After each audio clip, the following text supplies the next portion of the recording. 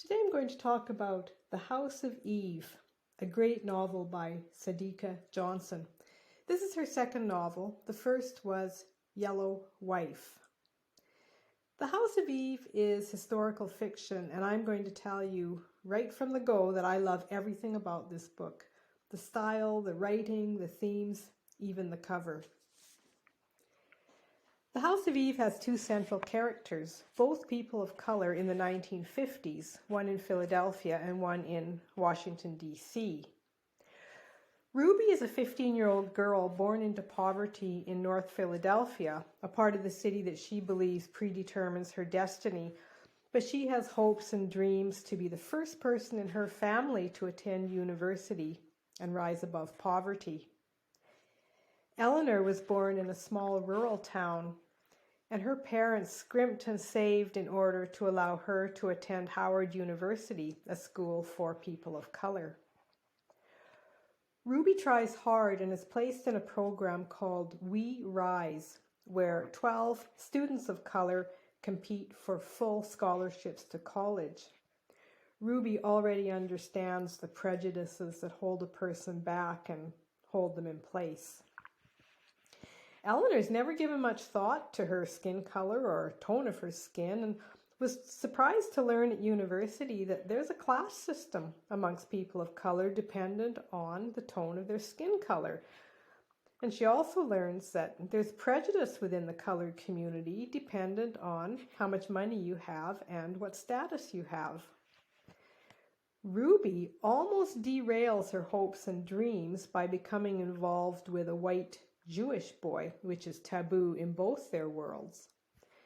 Meanwhile, Eleanor falls for a very handsome, high-class, fair-skinned doctor-to-be student and is thrust into a world that is unknown to her, where appearances and status are everything.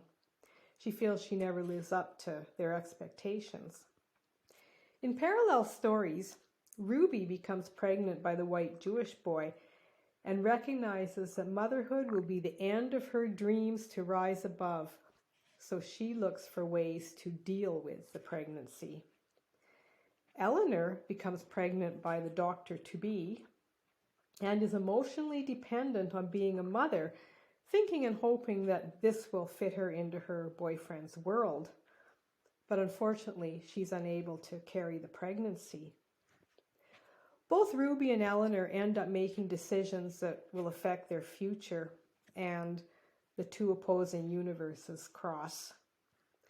As I always say, read to the very last word of the epilogue. This book has so many themes, and it seems that the writer knows of what she speaks.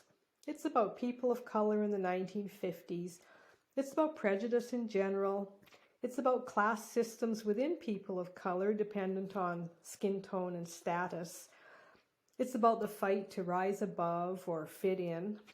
It's about pregnancy out of wedlock in the 1950s and being forced to surrender a baby. It's about different standards for rich and poor. It's about actions that are taken under the guise of religion that are demeaning, prejudicial, and painful. And it's about misogyny. There's a whole lot to this book. You might be left pondering, how far have we come?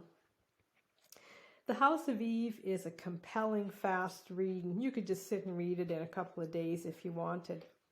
It's told in alternating chapters of Ruby and Eleanor, and interestingly, in the first person by Ruby and in the third person for Eleanor.